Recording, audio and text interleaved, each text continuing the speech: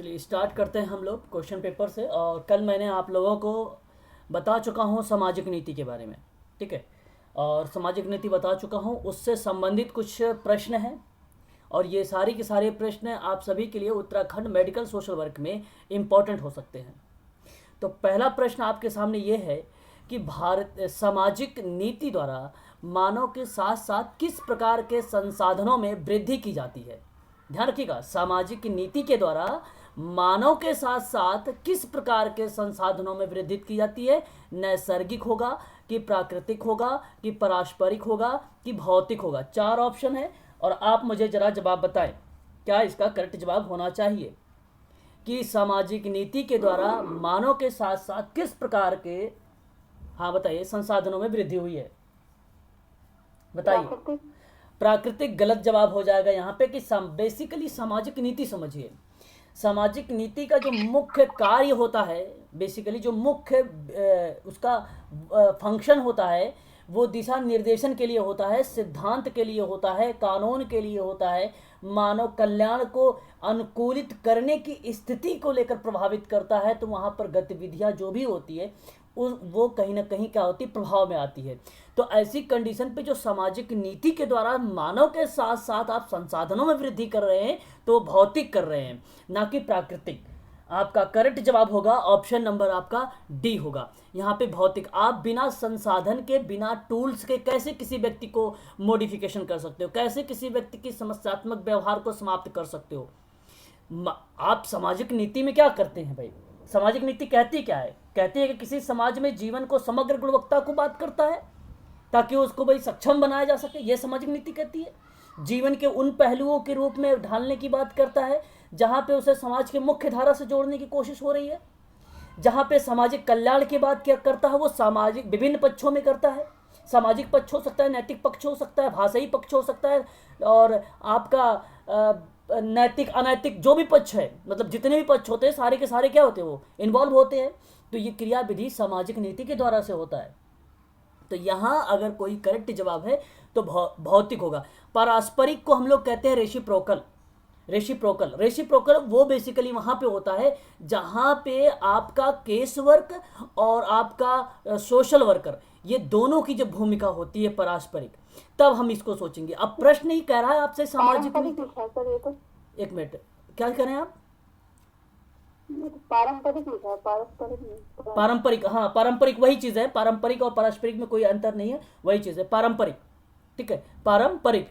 तो पारंपरिक के कहने का मतलब यहाँ पर ये रहा अर्थ, इसका मतलब वही होता है कि जब क्लाइंट और जब सोशल वर्कर दोनों जब साथ होते हैं प्रत्यक्ष रूप से, तो वो अब प्रश्न कह रहा है सामाजिक नीति में, तो जब सामाजिक नीति हो रही तो पारंपरिक हो ही नहीं सकता भाई, पहली बात तो ऐसी कर। अच्छा, यहाँ पारंपरिक की बात हो या पारस्परिक की बात हो, दोनों में बेसिकली आपका प्राथमिक प्रणाली ही आती है, प्राथमिक प्रणाली ही आती है दोनों में। और प्राकृतिक की अगर हम बात करते हैं तो ये बेसिकली प्राकृतिक क्या है, अनुकूलन करने की बात करता है। अनुकूलन का मतलब वो होता है कि ताकि वो वातावरण में सामंजस्य बैठा सके, कोऑर्डिनेशन उसका हो सके। और जो स्वयं के बारे में सोच रहा है, स्वयं की क्रियाविधि आ रही है, वो नैसर्गिक होता है। और नैसर्गिक आपको बता दूं, आप सभी लोगों ने नाम सुना होगा सिगमंड फ्रायड का, बताइए जरा, जानते हैं? जी सर। सिगमंड फ्रायड ने नैसर्गिक को क्या बोला था, बताइए? नैसर्गिक, बोलिए क्या बोला था नैसर्गिक, याद नहीं किसी को? नैसर्गिक नहीं पता भाई, बता अगर, अच्छा बोला भी करो आप लोग, थोड़ा सा बोलते नहीं हो।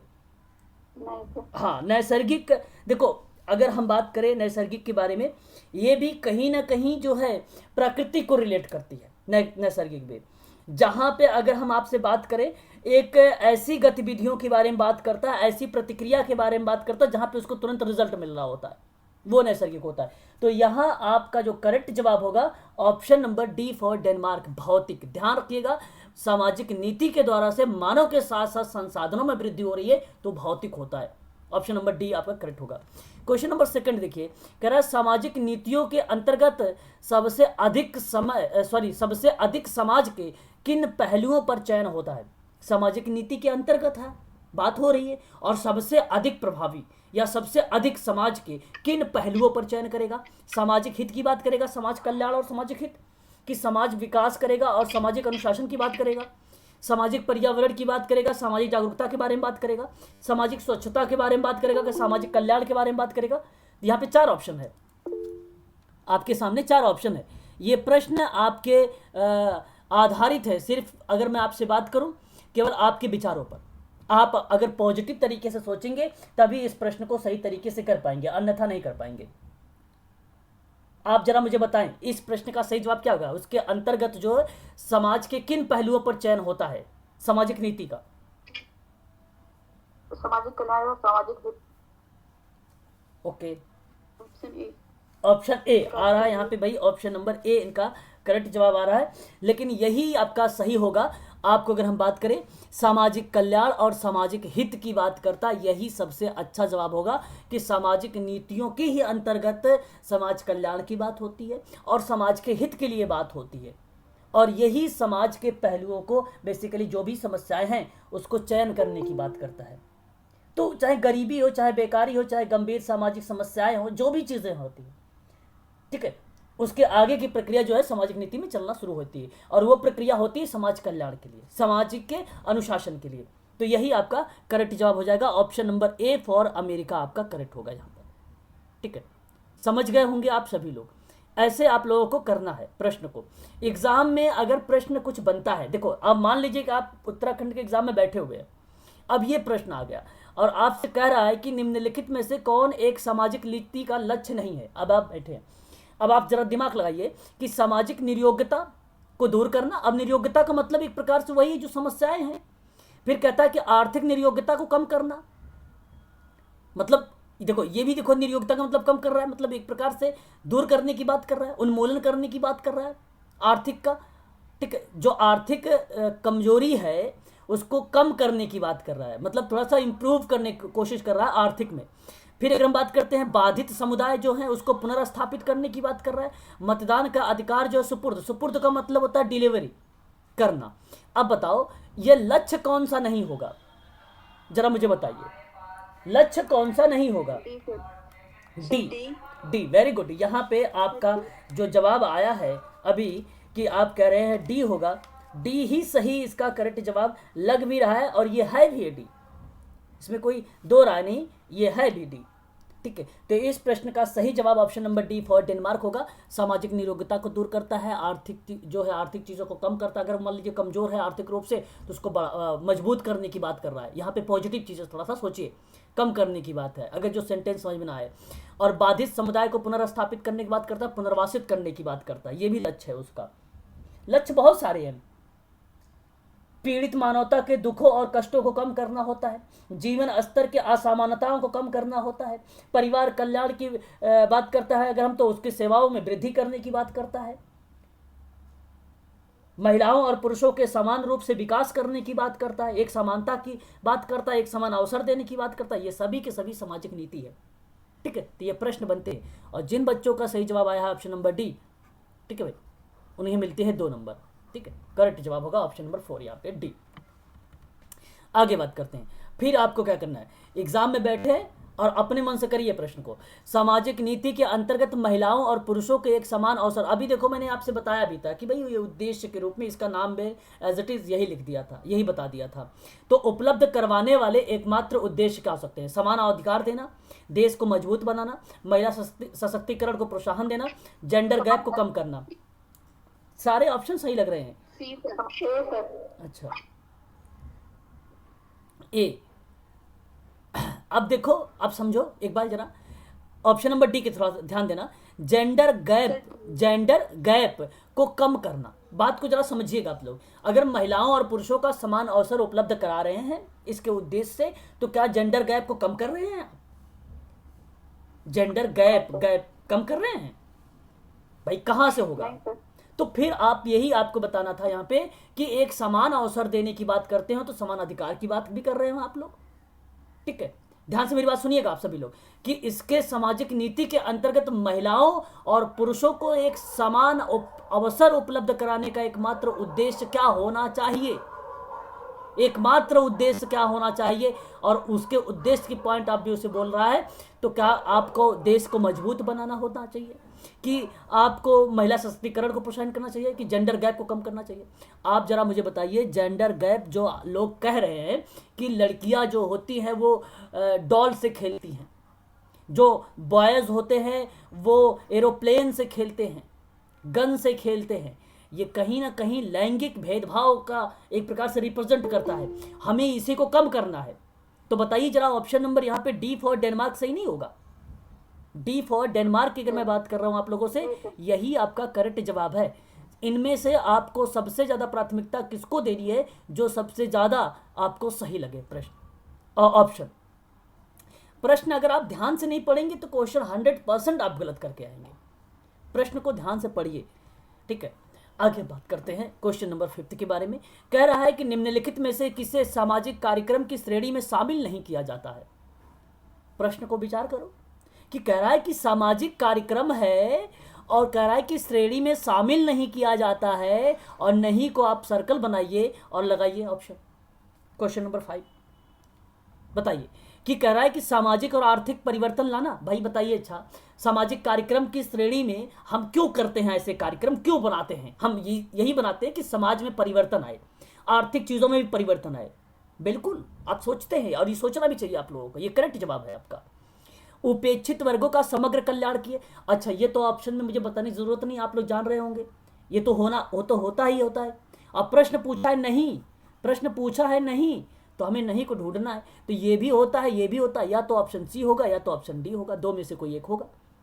सामाजिक न्याय के लिए नीति बनाना, बताइए जरा। अच्छा, सामाजिक कार्यक्रम का ये भाग नहीं होगा सामाजिक न्याय के लिए नीति बनाना? बोलिए। अच्छा, हाँ होगा, बोलो हाँ। अगर हम बात करते हैं कि अंतरराष्ट्रीय रणनीति पर विचार करना, भाई अब आप सामाजिक कार्यक्रम बना रहे हैं, समुदाय का बना रहे हैं, या कम्युनिटी का बना रहे हैं, या आप ग्रुप वर्क का बना रहे हैं, या किसी फैमिली का बना रहे हैं, या किसी केस वर्क का बना रहे हैं आप सेकेंडरी प्रणाली के मदद से, तो आप थोड़ी ना वहाँ पे अंतर्राष्ट्रीय इंटरनेशनल रणनीति के बारे में विचार करेंगे। यार ये एनईपी में क्यों नहीं जोड़ा गया, नेशनल एजुकेशन पॉलिसी में सोशल वर्कर के बारे में भी एजुकेशन डाल देना चाहिए था कि नई पॉलिसी में। अभी ऐसे विचार करेंगे तो कुछ पल्ले ही नहीं पड़ रहा है, ऊट पटांग हो रहा है काम। और साथ इतना सरल प्रश्न हो ही नहीं सकता। साफ यहाँ पे आपको गलत कर रहा है option number C for Chennai ही आपका गलत हो यहाँ पर, ठीक है। प्रश्न को बस सिर्फ पढ़ना है और मनन करना है, फिर मनन करिए। कल्याणकारी राज्य का मतलब क्या होता है भाई? कल्याणकारी मनन का क्या मतलब होता है? कि सामुदायिक एवं समग्र विकास करना, कि सभी वर्गों के हित के लिए विकास करना, कि विशेष सुविधाएं प्रोवाइड करना, कि सभी होगा? बताइए। डी होगा सर। हाँ, क्वेश्चन नंबर यहाँ पे 6 का आप लोग बता रहे हैं डी। Very good. यहीं पर आपका करेक्ट जवाब हो जाएगा option number D for Denmark, सही जवाब। वेरी गुड, ऐसे ही आपको करना है, यही कल्याणकारी राज्य का मतलब होता है, यही मीनिंग होता है। और ऐसे तो प्रश्न आते हैं। अगर आपने जम्मू कश्मीर का, अगर उत्तराखंड का देखा होगा तनुजा मैडम, तो देखना वहाँ पे कुछ ज़्यादा ऐसा नहीं है प्रश्न। अभी तो हम लोग ऐसे इसलिए पढ़ रहे हैं कि हमने एक यूनिट समाप्त कर रहे हैं, इसलिए हम इस क्वेश्चन को देख रहे हैं।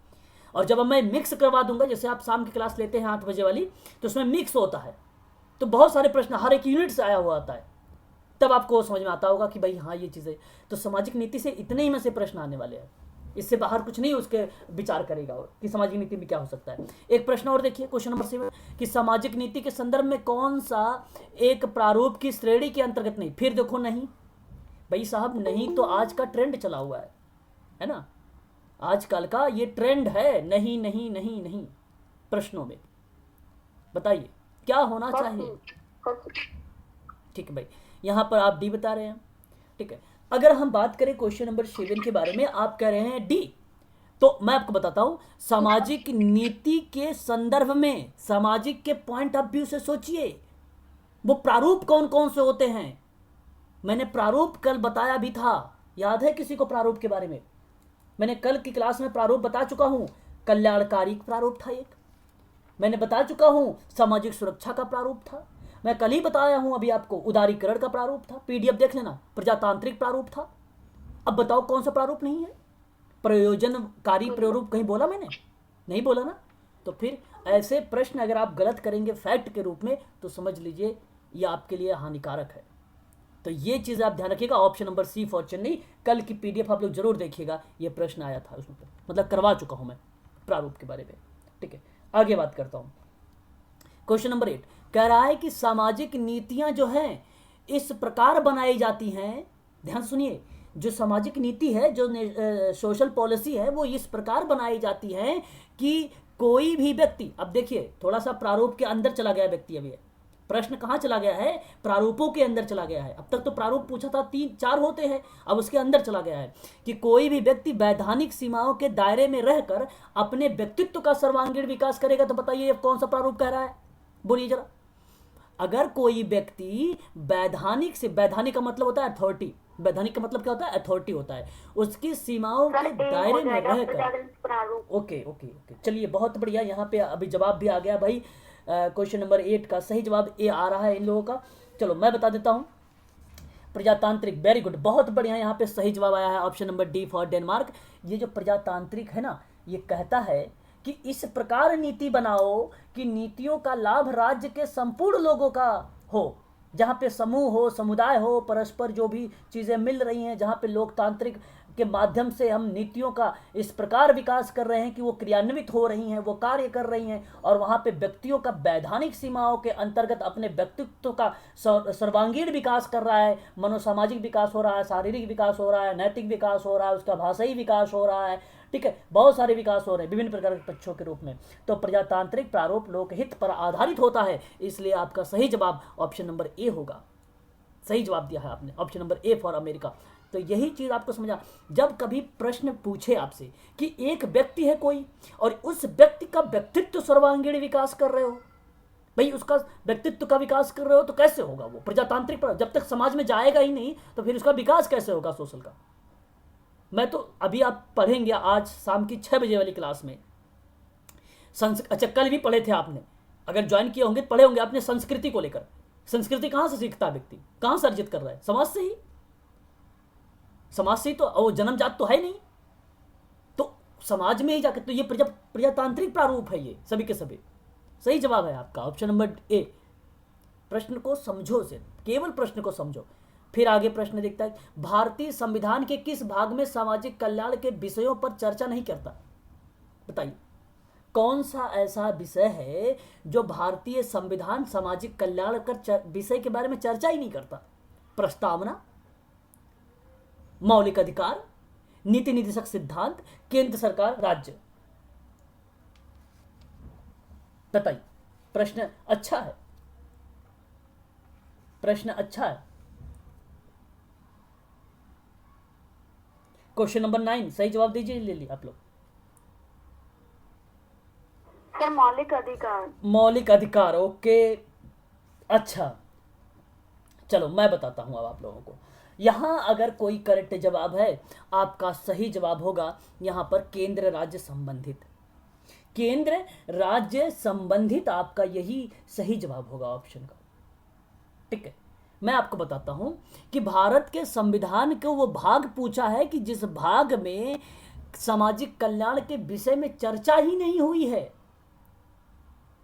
अब आप सोच रहे होंगे कि भाई केंद्र और राज्य के बारे में, भाई केंद्र अलग काम करती है समाज कल्याण के बारे में, राज्य अलग काम करता है कल्याण के बारे में, सही है ये बात, लेकिन केंद्र और राज्य का कोई संबंध है ही नहीं है समाज कल्याण क्षेत्र के विषय में, उनका कोई संबंध ही नहीं है। वो तो समवर्ती सूची में आता है, हालांकि वो तो संविधान में पढ़ेंगे, जब भारतीय संविधान पढ़ाऊंगा तो वहां पे बताऊंगा समवर्ती सूची के बारे में क्या क्या विषय शामिल किए गए हैं।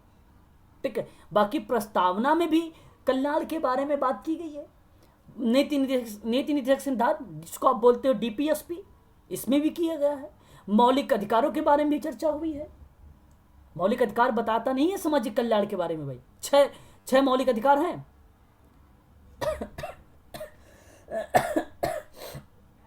बताइए जरा, क्लियर हुआ कि नहीं, बताइए। हाँ, ये है आपका सही जवाब ऑप्शन नंबर, यहां पर अगर हम बात करें तो आपका जो होगा डी फॉर डेनमार्क, करेक्ट जवाब होगा ऑप्शन नंबर डी। ठीक है, प्रश्न को बस समझने की कोशिश करिए, है ना। सामाजिक कल्याण संबंधी विषयों में संविधान के किस सूची में शामिल किया गया। देखो अब ये प्रश्न आया है, चलो आ गया पहले भी, तो मैं बता भी दूंगा, ऐसी कोई बात नहीं है इसमें कि नहीं बताऊंगा, आ गया पहले भी। तो बताइए जरा, सामाजिक कल्याण कौन से विषय में जोड़ा गया? संघ में, समवर्ती में कि राज्य में? वेरी वेरी मोस्ट इंपॉर्टेंट, ये यूजीसी के लिए भी है, एमपीपीएससी के लिए भी क्लास है, और मेडिकल सोशल वर्क के लिए भी इंपॉर्टेंट है। सर ए अच्छा, संघ संघ सूची। ए ए देखो, मैं अब आपसे बात कर रहा हूं यहाँ पे कि समाज कल्याण संबंधित जो बात करता है, मैं अभी आपसे बता रहा था कि राज्य अपनी जगह पे भी सोचता है, केंद्र अपनी जगह पे भी सोचता है। इन दोनों के लिए कोई नीति बनाई जाएगी तो समवर्ती सूची में होता है। अच्छा, कोई जानता है समवर्ती सूची क्या है और राज्य सूची क्या है, संघ सूची क्या है? कोई बताना चाहेगा मुझे? समवर्ती सूची, संघ सूची, राज्य सूची क्या है?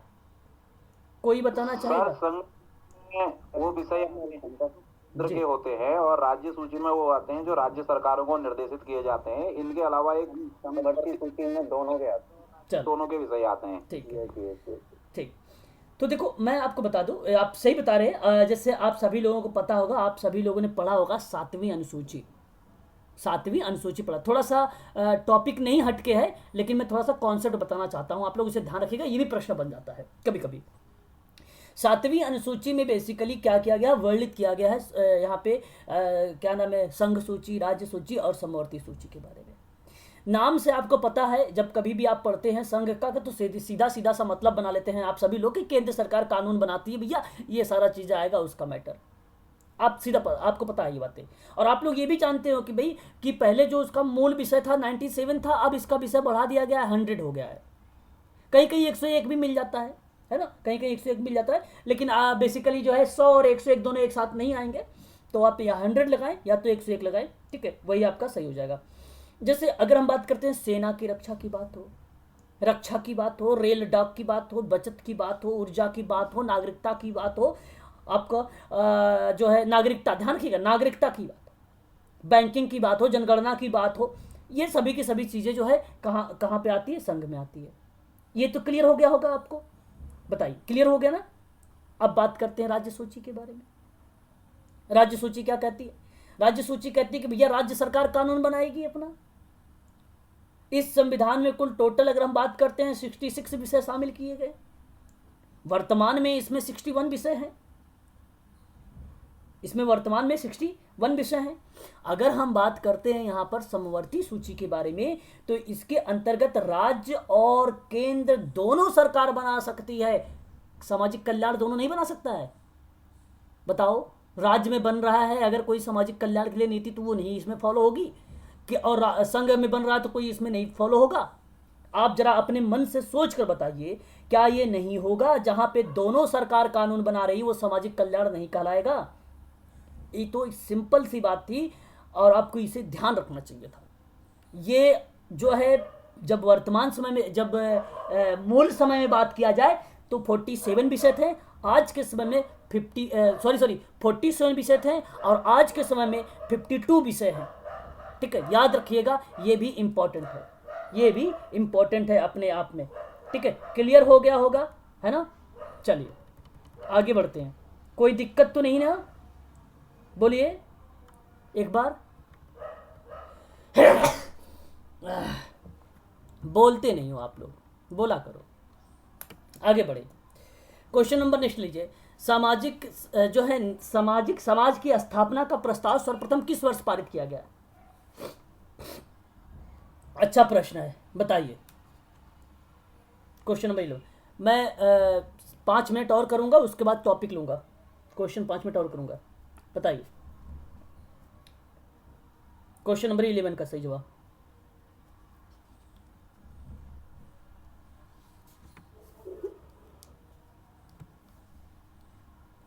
प्रश्न आपके सामने है, सामाजिक न्याय, सामाजिक समाज की स्थापना प्रस्ताव सर्वप्रथम किस वर्ष पारित किया गया था? सामाजिक समाज को लेकर प्रस्ताव, तो वो याद रखना आप सभी लोग, यहाँ पे जो करेक्ट जवाब होगा ऑप्शन नंबर आपका 1954 सही हो जाएगा। फैक्ट पर आधारित था ये प्रश्न। ठीक है, सामाजिक नीति को लेकर और सामाजिक समाज की स्थापना का जो प्रस्ताव सबसे पहले पारित किया गया था या जो लाया गया था वो 1954 था। 1954 आपका सही जवाब होगा यहाँ पर। ठीक है, ऑप्शन नंबर यहाँ पर जो सही होगा, बी फॉर बॉम्बे आपका करेक्ट जवाब होगा। ठीक है, option number B for Bombay. किस चार्टर अधिनियम के अंतर्गत शिक्षा का विकास प्रावधान किया गया? देखो ध्यान से, शिक्षा का विकास की प्रावधान किया गया है जो ईसाई मिशनरियों ने कार्यों को स्वीकृति प्रदान की थी। कौन सा एक्ट था, कौन सा चार्टर एक्ट था? कौन? Charter act 1853 sir. 1853, ओके 1853 सी इनका सही जवाब आ रहा है। और भी लोग बताए जरा। अच्छा, आप लोगों ने जरा मुझे बताइए, आप सभी लोग जानते हैं चार्टर अधिनियम 1813 क्या है? पता है आपको चार्टर अधिनियम? नहीं सर। नहीं पता। चलो देखो, ये ईस्ट इंडिया कंपनी अधिनियम आपने नाम सुना होगा, है ना? उसके रूप में ये जाना जाता था 1813 वाले को।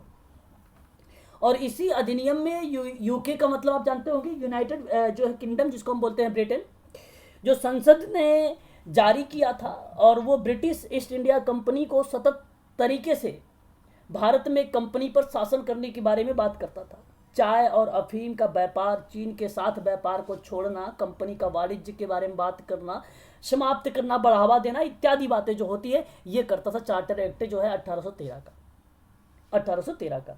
तो आपको मैं यहाँ पे बताऊं तो ये जो आप 1813 देख रहे हैं ब्रिटिश समय की, तो उस समय ध्यान रखिएगा ब्रिटिश भारत पर क्राउन की संप्रभुता पर जोर दिया गया था। तो 1 लाख रुपए का आवंटन किया गया था और ईसाई मिशनरियों को अंग्रेजों का प्रचार करने के लिए, अपने धर्म का प्रचार करने की अनुमति दे दी थी। अनुमति का मतलब स्वीकृति कर दिया। तो वो बेसिकली जो धर्म का प्रचार हो रहा था वहां पे, तो वो शिक्षा का विकास की भी प्रावधान के बारे में बात हो रही थी उसमें, कि जरूरी नहीं केवल धर्म के बारे में बात हो रहा था, वहां पे शिक्षा का विकास की भी बारे में बात हो रही थी। तो ऑप्शन नंबर आपका ए सही होगा यहाँ पर, 1813 आपका करेक्ट होगा यहाँ पे।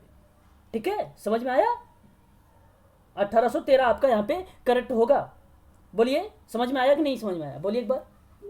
हाँ जी सर। और ये जानते हैं 1833 क्या है? 1833 क्या है? चार्टर एक्ट बेसिकली ना जैसे उदार की अवधारणा देता था, ये उदार की अवधारणा कॉन्सेप्ट।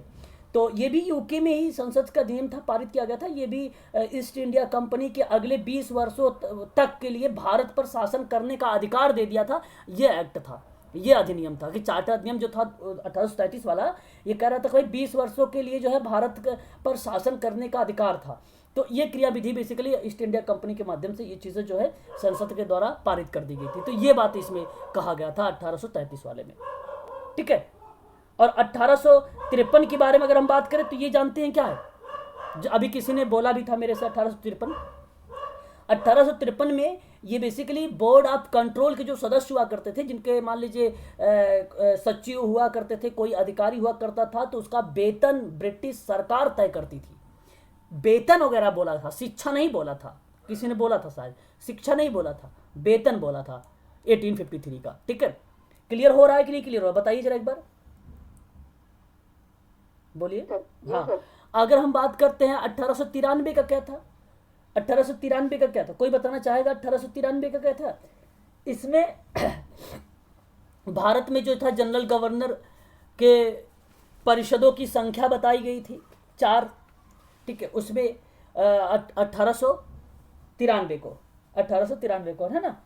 तो ये चीज़ें थी। बाकी 1893 ना कहकर अगर आप इसे 1793 बोले तो सबसे बेटर रहेगा, है ना। 1793 बोले तो सबसे बेटर रहेगा, है ना।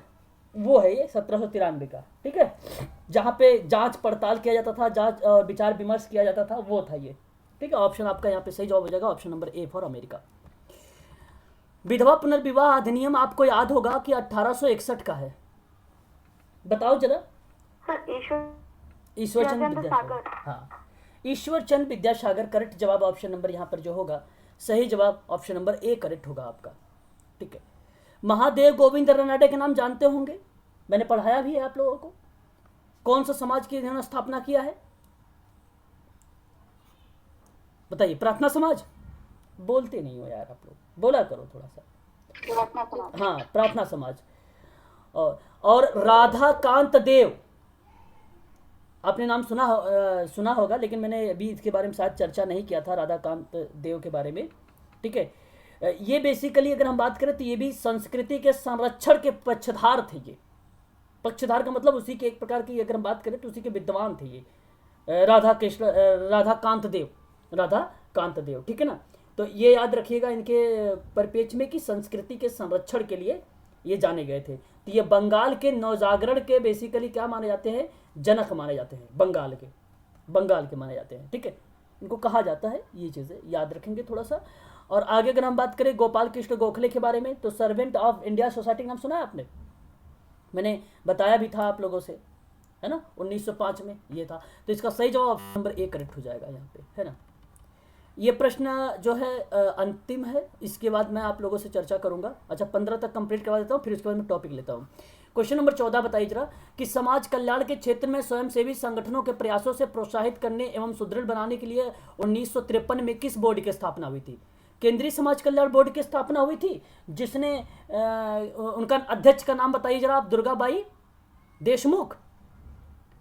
देशमुख भाई यही थे, बोलते नहीं, यही थे ना। याद रखना, अभी भूल जाते हो आप लोग जल्दी, इसीलिए मैं आप लोगों को हर क्लासेस ज्वाइन करवाता हूँ ताकि आप लोग सुनते रहिए। जब सुनेंगे बार बार तो ऑटोमेटिक वो चीज़ है। अब जितनी बार ये आता है नाम ना, उतनी बार मैं बोलता हूँ इसके बारे में, ठीक है। और यहाँ पे आपको एक बात और बता देता हूँ, ये जो 1869 में जब रजिस्टर्ड हुआ था, 1969 में जब रजिस्टर्ड हुआ था, और उस समय चैरिटी ऑर्गेनाइजेशन सोसाइटी बनी थी यूके की, चैरिटी ऑर्गेनाइजेशन सोसाइटी यूके की बनी थी 1969 में। 1869 में यूके का बना था, 1969 की बात कर रहा हूँ। ईस्ट इंडिया कंपनी की धारा नंबर 25 के तहत इसे रजिस्टर्ड किया गया था, इसको संस्था के रूप में, है ना, याद रखिएगा। और 1869 का याद रखिएगा, यूके का चैरिटी ऑर्गेनाइजेशन सोसाइटी, ठीक है, याद रखिएगा। हेनरी सोइल का नाम सुना होगा आप लोगों ने, है ना, उसने इसकी स्थापना की थी, ठीक है। तो ये हो जाएगा। अब बताइए जरा संवैधानिक अनुच्छेद का संबंध किस विकास की नीति से नहीं है। अब देखिए यहाँ पे बताना है आपको, जरा बच्चे बताइए जरा क्वेश्चन नंबर 15 का, कि संवैधानिक अनुच्छेदों का संबंध सामाजिक विकास की नीति से नहीं है। कौन सा ऐसा अधिनियम है, अरे सॉरी अनुच्छेद है, कौन सा ऐसा अनुच्छेद है, बताइए भाई। अनुच्छेद 48 जानते हैं आप लोग। अगर हम बात कर रहे हैं अनुच्छेद 48, तो अनुच्छेद 48 के अंतर्गत जो है ए जहां पर है वो संवैधानिक सुरक्षा के संबंध में सामाजिक विकास की नीति से नहीं है। आपने नाम सुना होगा, अनुच्छेद जो 48 है वो कृषि और पशुपालन संगठन से है, सुना है ना, बोलिए। और जब ये कहता है कि कृषि और पशुपालन से होगा, तो हमारा बात यह है कि 48A क्या कहता है, कहता है कि राज्य के अपेक्षा की गई जो पर्यावरण का संरक्षण है उसमें सुधार करने की बात करता है, देश और वन्य जीवों का संरक्षण करने की बात करता है। यह है 48 का ए आपका। बाकी आप 42 ले लीजिए या 39 का ए ले लीजिए या 47 ले लीजिए, इसमें आप सभी का सामाजिक विकास नीति के बारे में बात की गई है। यही नहीं किया गया 48 में का ए में, इसमें पर्यावरण जन और वन्य जीव वगैरह है इसमें, है ना, याद रखिएगा, ठीक है। बताइए क्लियर हुआ? ठीक है जी सर। चलो बहुत बढ़िया है, अगर क्लियर हुआ तो आप लोगों को बहुत बढ़िया।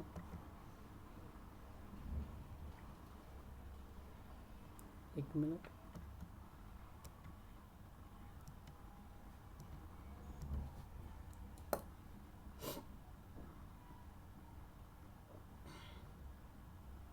चल रहा हूं यूनिट नंबर 2 के बारे में। और यूनिट नंबर 2 आप सबको भली भांति तरीके से पता है और आप सभी लोग अच्छे तरीके से जानते हैं। मैं आप लोगों को बता भी चुका हूं, कुछ इस पे चर्चा कर चुका हूं। मेरा एक यहाँ पर एक आप लोगों से ही सवाल है, आप लोग जरा मुझे बताएं कि समाज कार्य क्या है। कोई बता सकता है मुझे समाज कार्य क्या होता है, सोशल वर्क है क्या? कोई बता सकता है अपने शब्दों में समाज कार्य क्या है, सोशल वर्क क्या है?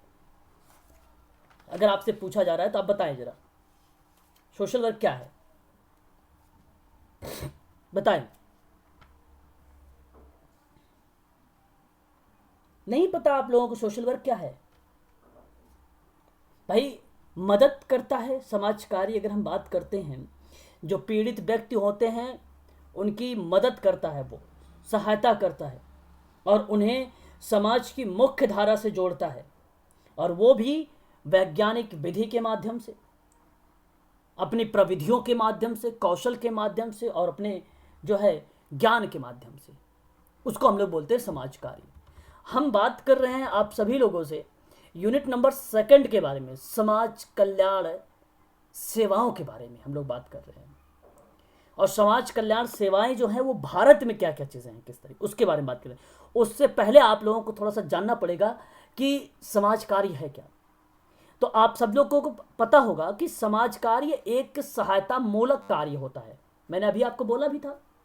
और आप सब जानते भी हैं कि वैज्ञानिक ज्ञान, प्राविधिक निपुणताओं और मानवतावाद दर्शन पर यह आधारित है समाज कार्य, जो व्यक्तियों को एक व्यक्ति या समूह के सदस्य या समुदाय के निवासी के रूप में उसकी मनोसामाजिक समस्याओं का अध्ययन करता है और निदान करता है, तत्पश्चात उसको परामर्श देकर पर्यावरण में परिवर्तित करता है और उसे आवश्यक जो सेवाएं हैं, जो उसकी आवश्यकता, जो नीड है, उसकी आवश्यकता के आधार पर उसकी मदद करता है ताकि उसकी समस्याएं जो है दूर हो सके।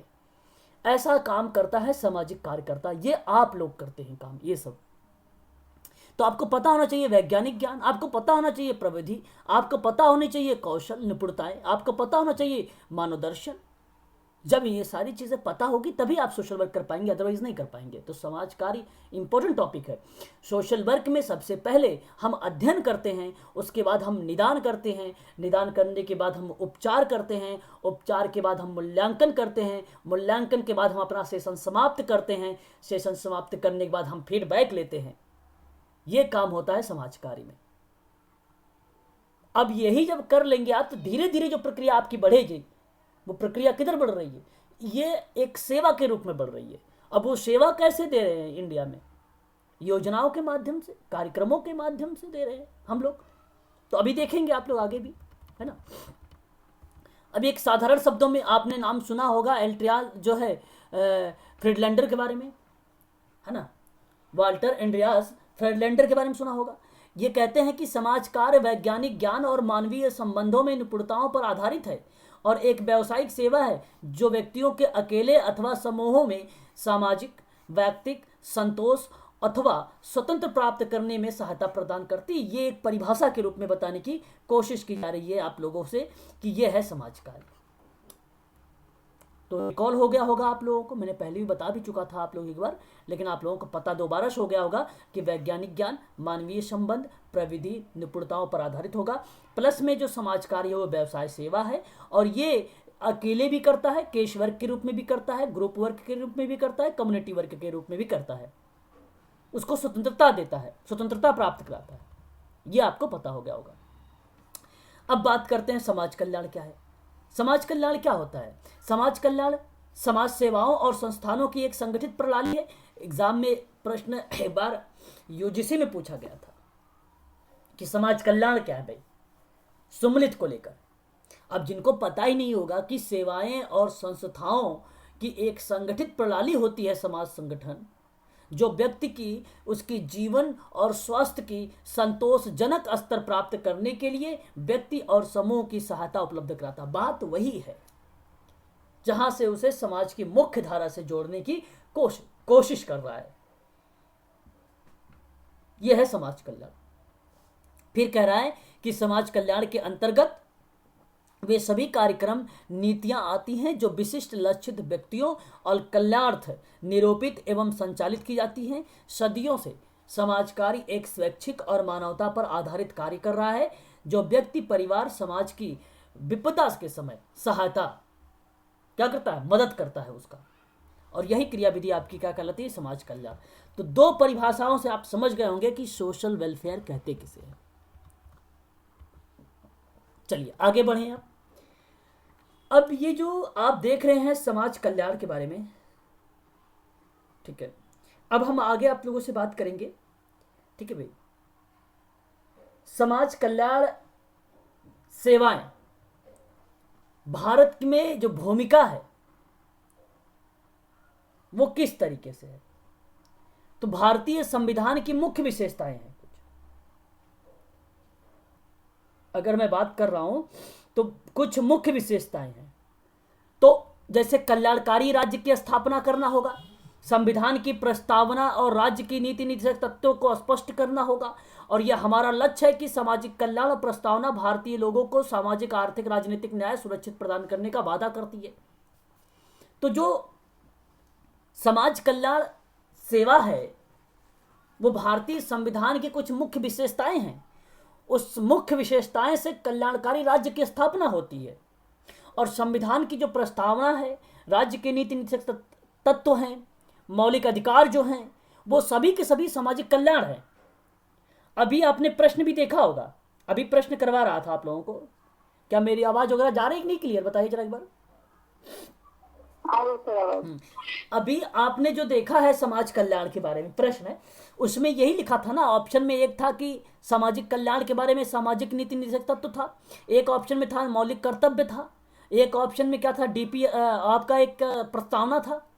ये इन्वॉल्व था कि नहीं था? यही तो था वहां पे, लेकिन एक ऑप्शन वहां पे अलग था आपका, एक ऑप्शन आपका वहां पे अलग था, तो वही नहीं था।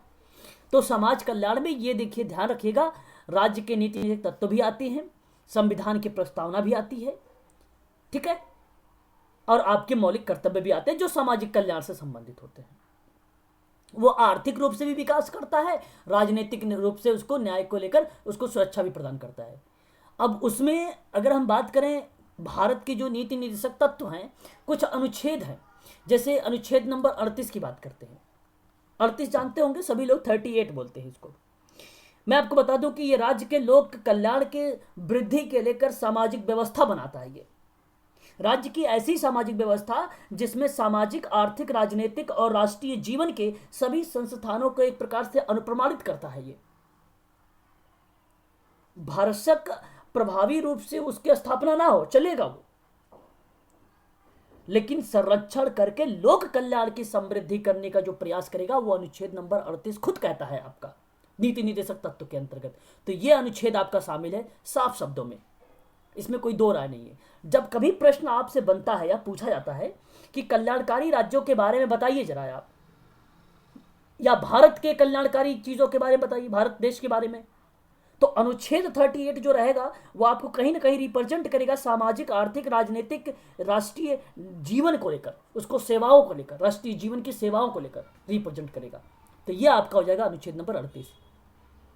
अनुच्छेद की अगर हम बात करते हैं 39 के बारे में, आपने नाम सुना होगा, 39 के बारे में भी आप सब जानते होंगे भली भांति तरीके से कि अनुच्छेद 39 क्या है। कोई मुझे बताना चाहेगा? भाई वही 39 या 39 के बारे में बात कर रहा हूं मैं, जो सभी नागरिक पुरुष और महिला को समान रूप से जीविका पर्याप्त साधन करने का अधिकार की बात करता है। ठीक है, बात समझ में आ रही?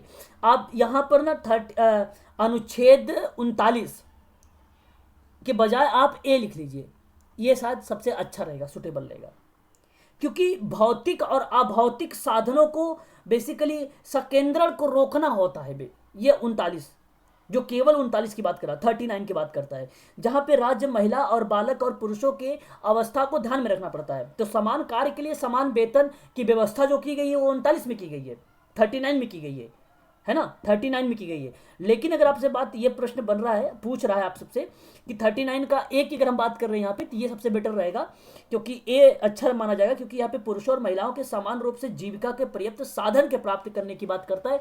ये 39 का ए में ही कहा गया है ये बातें। आगे अगर हम बात करते हैं अनुच्छेद नंबर 41 के बारे में, 41 जानते हैं क्या कहता है? ये कहता है कि कुछ दशाओं में काम, शिक्षा और लोक सहायता पाने के अधिकार को लेकर सॉरी है, तो कहता है आप लोगों से कि 41 क्या बोलता है? कहता है कि कुछ दशाओं में काम, शिक्षा और लोक सेवा पाने का अधिकार को लेकर तो राज्य अपनी शिक्षा, सामर्थ्य, विकास की सीमाओं के भीतर काम पाने की, शिक्षा पाने की, जो बेकारी या बुढ़ापा, बीमारी, निःशक्तता जो चीजें हैं उसमें उसको लोक सहायता पाने का अधिकार प्राप्त है। ये उपबंध है अनुच्छेद नंबर 41 में। 43 क्या कहता है? कर्मकारी के लिए निर्वाहन मजदूरी के बारे में बात करता है,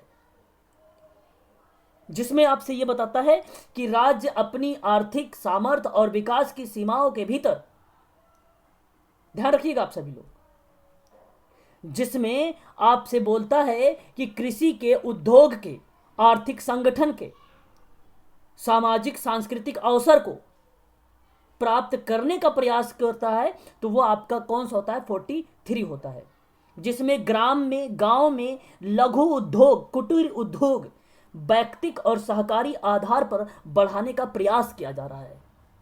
ये भी कहीं ना कहीं अपने भारत में ही समाज कल्याण सेवाएं देने की बात कर रहा है। अनुच्छेद नंबर, आपको मैं बता देता हूं, अगर ये आप लोगों को याद हो गया ये इतने अनुच्छेद, तो समझो समाज, भारत की जो समाज कल्याण सेवाएं हैं वो आप लगभग 25% कवर कर लेंगे यहीं से।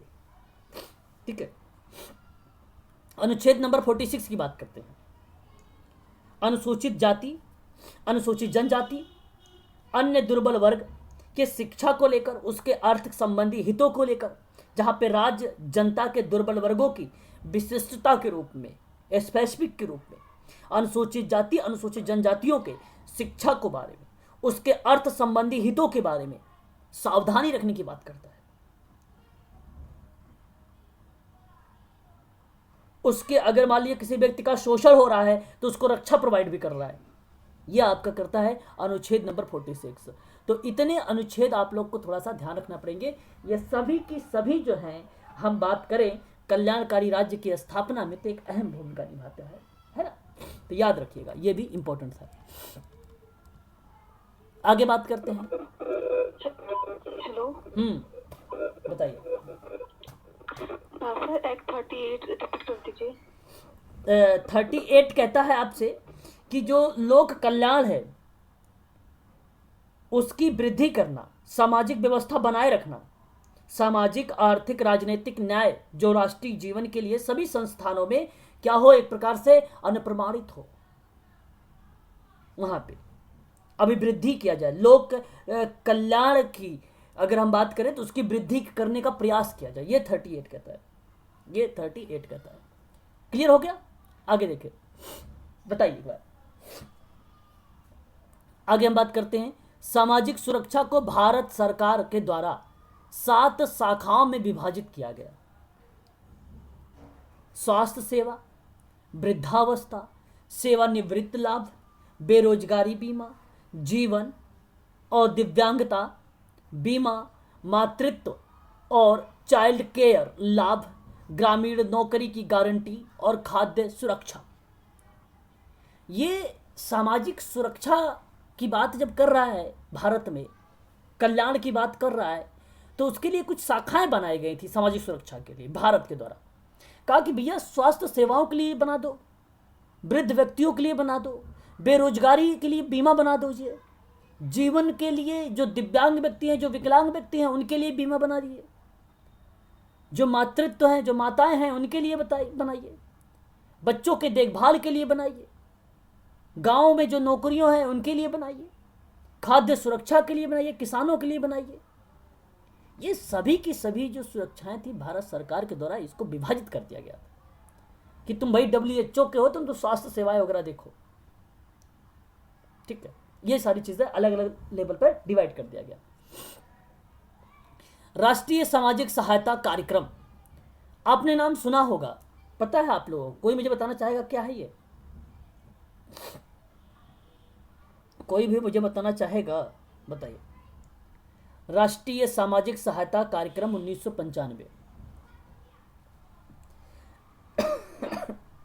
ये सब सेंट्रल गवर्नमेंट की स्पॉन्सर्ड स्कीम है जिसके माध्यम से जो ये समाज कल्याण विभाग लोगों को पेंशन वगैरह देता है। हाँ, शाबाश, समझ गए। यहाँ अगर हम बात करते NSAP के बारे में, इसी का पूरा नाम है एक प्रकार से अगर हम बात करें यहाँ पर, तो ये कहता है कि नेशनल, राष्ट्रीय सामाजिक सहायता कार्यक्रम, और ये ग्रामीण विकास मंत्रालय के तहत एक केंद्र प्रायोजित योजनाएं थी। कौन सी योजना थी? राज्य का नहीं था, ये केंद्र की योजनाएं थी। और जब ये केंद्र की योजनाएं थी तो ये योजना को 15 अगस्त 1995 को ये लागू किया गया था। और आपको बता दूं, इंपॉर्टेंट भी है कि कि अनुच्छेद 41 में निहित राज्यों के नीति निर्देशक तत्वों की पूर्ति की दिशा में एक महत्वपूर्ण कदम उठाया गया था इसको लेकर। कौन सा अनुच्छेद? 41 NSAP लिखा रहे और क्वेश्चन में आपको 41 अनुच्छेद भी लिखा हो तो आपका हमेशा सही माना जाएगा। अब ये 1995 में भारत सरकार की एक केंद्र प्रायोजित योजना जो सामाजिक पेंशन के रूप में बुजुर्गों के लिए, विधवाओं के लिए, दिव्यांग व्यक्तियों के लिए आर्थिक रूप से मदद करती थी, वो उनको फाइनेंस सहायता प्रदान करती थी। ये आपकी हो जाएगी राष्ट्रीय सामाजिक सहायता कार्यक्रम जो 1995 को लाया गया था केंद्र सरकार के द्वारा। इसमें अगर मैं बात करूं आपसे तो जो वर्तमान में जो हमारी इस समय जनसंख्या है उसमें जो गरीबी रेखा से नीचे हैं, बीपीएल के कारण, जीवन रेखा से जो नीचे हैं, वही लोग इनको बेसिकली उन्हीं लोगों को ये लाभ दिया जाता था या उन्हीं लोगों को ये मदद किया जाता था। ठीक है। हालांकि वर्तमान में अगर मैं बात करूं तो इसकी 4 योजनाएं शामिल कर दी गई हैं। इसकी 4 योजनाएं हैं इसी की वर्तमान में। एक हो जाएगा इंदिरा गांधी राष्ट्रीय वृद्धा पेंशन योजना, ये भी याद रखिएगा। इंदिरा गांधी राष्ट्रीय जो वृद्धावस्था का पेंशन योजना। जो दूसरा था इंदिरा गांधी राष्ट्रीय विधवा पेंशन योजना। जो तीसरा था वो था आपका इंदिरा गांधी राष्ट्रीय दिव्यांग पेंशन योजना। और जो चौथा था राष्ट्रीय परिवार लाभ योजना थी। तो ये कुछ योजनाएं थी। अन्नपूर्णा का भी नाम आता है कहीं कहीं, लेकिन मुख्य रूप से 4 ही है ना, मुख्य रूप से 4 ही है। ठीक है, क्लियर हो रहा है ना? बताइए, दिखाई दे रहा है स्क्रीन पर पीडीएफ आप लोगों को कि और जूम कर दूं? बताइए ये वाले तो थोड़ा जूम कर दीजिए। Okay, 1 minute.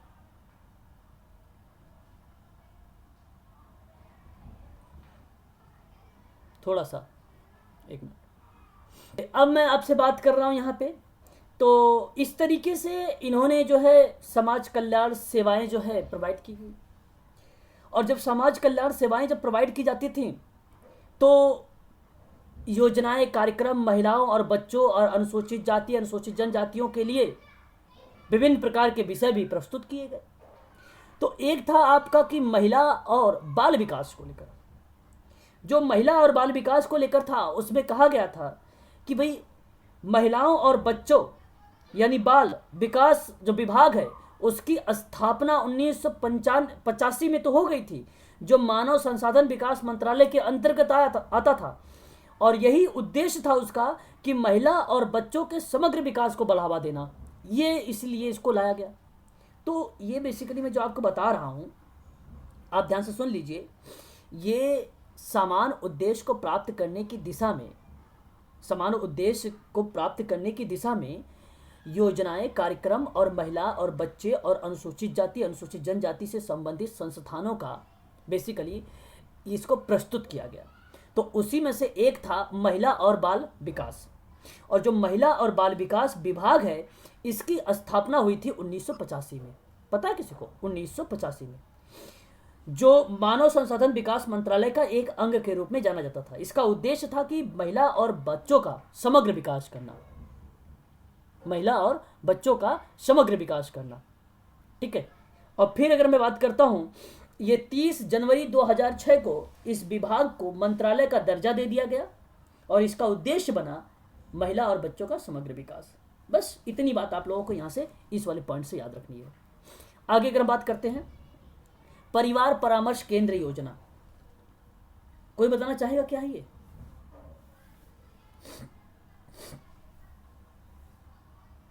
परिवार परामर्श केंद्र योजना क्या है?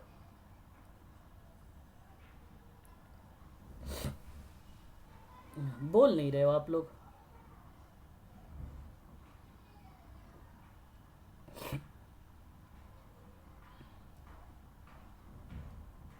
चलो मैं बताता हूं फिर। तो देखो, परिवार और यहां पर परामर्श केंद्र योजना जो है ये बेसिकली जो था ये केंद्रीय समाज कल्याण बोर्ड के द्वारा भारत में परिवार परामर्श केंद्र योजना जब स्टार्ट की गई थी, उसमें बात की गई थी विभिन्न प्रकार की योजनाओं के बारे में। तो इसमें केंद्र योजना आई थी, और ये जो केंद्र योजना के बारे में बात मैं कर रहा हूं, परिवार परामर्श केंद्र योजना, ये 1983 का है, 1983 का है। और 1983 में शुरू किया गया था, और इसका जो बेसिकली मोटो रखा गया था वो क्या था कि केंद्रों में अत्याचार, पारिवारिक विवाद, सामाजिक बहिष्कार की शिकार जो महिलाएं थी उन बच्चों का परामर्श देना, रेफरल, पुनर्वासित करना, सेवाएं प्रोवाइड करना, इन सारी चीज़ों के बारे में बात किया करता था। ये स्कीम्स थी कुछ सामाजिक कल्याण को लेकर, है ना। आगे अगर हम बात करते हैं पीएम केयर फॉर चिल्ड्रंस योजना के लिए दिशा निर्देश की बात हुई। आपको पता होगा कि भाई महिला और बाल विकास मंत्रालय ने पीएम केयर्स फॉर चिल्ड्रंस योजना को एक व्यापक लेवल पर दिशा निर्देश जारी किया था, और 29 मई 2021 को प्रधानमंत्री जिन्होंने नरेंद्र मोदी जी ने बच्चों के लिए एक व्यापक सहायता घोषणा किया था, और जिन्होंने बताया था कि कोविड-19 के महामारी के कारण अपने माता पिता दोनों को खो देता है। तो इस योजना का उद्देश्य उन बच्चों को निरंतर तरीके से, व्यापक तरीके से देखभाल होगी और उसकी सुरक्षा जो है सुनिश्चित की जाएगी। ये बातें की गई थी पीएम केयर्स फॉर चिल्ड्रंस योजना के तहत दिशा निर्देश के माध्यम से। बात समझ में आ रही है ना सबको? बताइए जरा एक बार। सारे के सारे पॉइंट इंपॉर्टेंट है, समझिएगा भी। हाँ, आप सभी लोग अच्छे से कॉपी जरूर लेकर बैठे करें। आप लोग जब क्लास मेरा ले तो कुछ चीज़ें नोट जरूर बनाएं, नोट्स बनाएं, शॉर्ट नोट्स जिसको बोलते हैं। आगे अगर हम बात करते हैं प्रधानमंत्री मातृ वंदना योजना के बारे में। प्रधानमंत्री मातृ वंदना योजना ये मातृत्व सहयोग की योजना है, जहां पे प्रधानमंत्री मातृ वंदना योजना, जिसको हम लोग बोलते हैं PMMVY के नाम से जानते हैं हम इसी को, प्रधानमंत्री मातृत्व वंदना योजना के बारे में, है ना। इसी को हम इस नाम से जानते हैं। और आपको बता देता हूं मैं कि इस योजना में महिला को लाभ देने की बात कर रहा था, और 1 जनवरी 2017 को यह लागू किया गया था। प्रधानमंत्री मातृत्व वंदना योजना 1 जनवरी 2017 को, यानी 31 अक्टूबर 2017 से अगर हम बात करें और जनवरी 2017 के बीच में, ठीक है, इन दोनों के बीच में, जो अक्टूबर 2017 और जनवरी 2017 के बीच में जिन गर्भवती महिलाओं की डिलीवरी हो चुकी थी उनको भी इस योजना का लाभ दिया जाता था।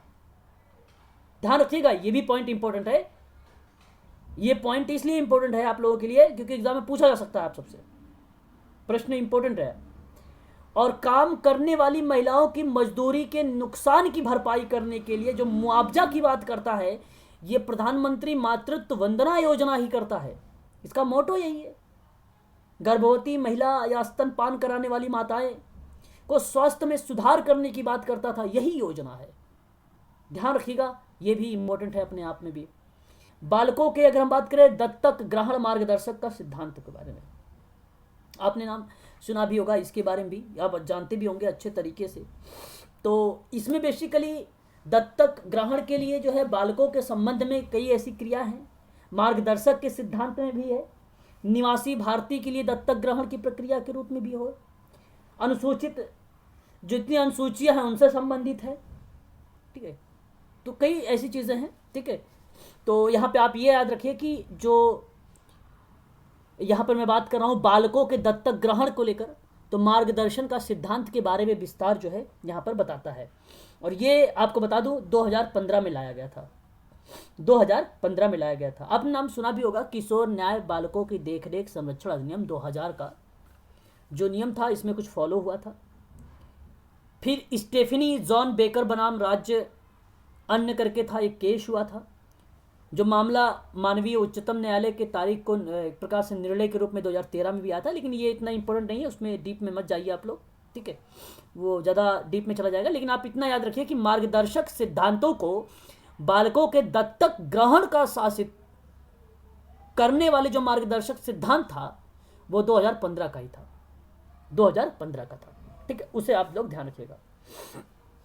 ठीक है, ये चीज़ें आपको ध्यान रखनी है। चलिए, और ये एक है आपका बालिका कल्याण को लेकर। बालिका कल्याण आप लोगों ने नाम सुना ही होगा, अच्छे तरीके से जानते भी होंगे बालिका कल्याण। इस बालिका कल्याण में बेटी बचाओ बेटी पढ़ाओ आप लोगों को पता होगा, आप लोग जानते भी होंगे। तो 0 से 6 साल वर्ष की 6 साल वर्ग की 6 वर्ष की अब बात कर रहा हूँ, जिसमें 1000 लड़कों के बीच में परिभाषित बाल लिंग के अनुपात में लड़कियों की संख्या में गिरावट देखी गई थी, है ना। तो इसलिए अगर आपको बताऊं तो बेटी बचाओ बेटी पढ़ाओ, है ना, यह योजना कब लाई गई थी? कोई बताएगा मुझे? बेटी बचाओ बेटी पढ़ाओ योजना कब लाई गई थी? बताओ सर 2014 में। अच्छा, बेटी बचाओ बेटी पढ़ाओ योजना, और कोई बताएगा भाई? 2011-12 में। कई जवाब आ रहे हैं, 2011-12 भी, 2014 भी। चलो मैं बता देता हूँ आप लोगों को, ध्यान सुनिए। बेटी बचाओ बेटी पढ़ाओ योजना जो है ये 6 वर्ष पूर्ण हो जाने के बाद से ये लागू होता है, और ये वर्ष 2015 में लाया गया था। आया है 2014 के वर्ष में ही, आंकड़े जो आते थे 2014 में ही, लेकिन माना जो जाता है इसको 2014 और 15, तो कहीं 15 में मिलता है तो कहीं 14 में मिलता है। तो आप लोग जो है ध्यान रखेंगे 14-15 दोनों, ठीक है। तो ये आपका करेक्ट जवाब हो जाएगा। उत्तर प्रदेश मऊ की अगर मैं बात कर रहा हूँ तो 2014-15 वहाँ पर भी आया था, हरियाणा में भी 14-15 में आया था, ठीक है, वहाँ पर भी यही अधिनियम उसी समय लागू हुए थे, ठीक है। तो ये आप लोगों को थोड़ा सा दरअसल सर इसमें ना जो PCPNDT एक्ट जो है ये उसके विस्तार में आया था। हाँ, एक एक्ट है PCPNDT एक्ट, प्रसव पूर्व लिंग जांच निदान अधिनियम। हाँ, तो उसके विस्तार में ही बेटी बचाओ बेटी पढ़ाओ कार्यक्रम आया। हाँ, निदान वो जो है गर्भावस्था के दौरान भी जो है जांच होती थी, उसकी तकनीकी का एक निदान का अधिनियम था, ठीक है, उसी अधिनियम के परिप्रेक्ष्य में लाया गया था। वेरी गुड, बहुत बढ़िया, सही जवाब, ठीक है। तो ये आप लोग ध्यान रखिएगा। मैं क्वेश्चन आज आप लोगों के शायद उससे प्रश्न भी आए हुए हैं एग्जाम में, जो आपने क्वेश्चन किया है वो बताऊंगा आपको शाम को क्लास में 8 बजे, ठीक है। तो ये था आपका, ठीक है। तो इतनी सारी योजनाओं के बारे में अभी मैंने, और भी स्कीम्स हैं जो मैं आप लोगों से थोड़ा सा चर्चा करूंगा, कॉपी वगैरह साथ में लेके बैठा करें। जैसे मैंने अभी बताया बेटी बचाओ बेटी पढ़ाओ के बारे में, तो केवल अगर आप PDF पढ़ेंगे तो बहुत ज़्यादा चला जाएगा, इसलिए पॉइंट टू पॉइंट उसे नोट करिए बस, ठीक है। तो आज की क्लास जो है यहीं पे समाप्त करते हैं हम लोग, है ना, ठीक है। बाकी इसकी वीडियोस मैं अभी अपलोड कर देता हूँ आप लोगों के लिए, ठीक है। आगे इसके मैं कल चर्चा करूँगा आप सबसे, ठीक है, आगे इसी से कल चर्चा करूँगा।